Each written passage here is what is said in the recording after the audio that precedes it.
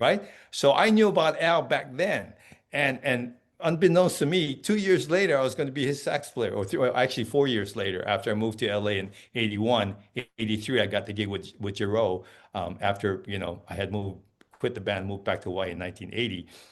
So that was an interesting, turn of events to hear about this great guy, and then in a matter of 3 years, I was on stage with him, touring with him.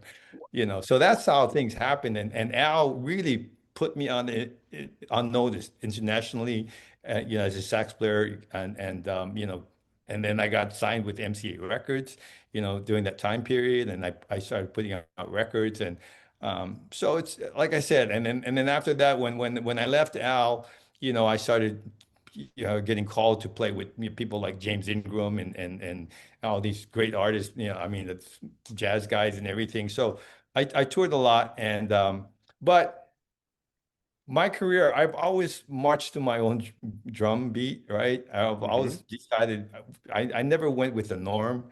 And in 1990, early 90s, I decided after the business side, being on a major label, I saw how difficult it was, and how the labels took advantage of artists. I decided to start my own record label.